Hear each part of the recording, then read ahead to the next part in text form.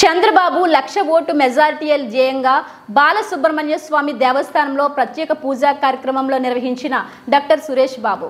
చంద్రబాబు నాయుడు లక్ష ఓట్ల మెజారిటీ కోసం కుప్పం మండలం పైపాల్యం పంచాయతీ కూసూర్ గ్రామంలో శ్రీ బాలసుబ్రహ్మణ్య స్వామి దేవాలయంలో ప్రత్యేక పూజలు నిర్వహించారు.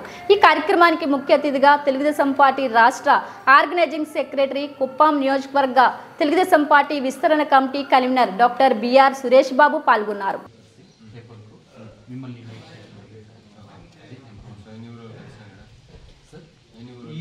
టెంపుల్కి అయితే దాదాపు 10 ఊరు ఖర్చులో ఉన్నారు. పైపాలెం దగ్గర నుంచి ఇటు మలాన్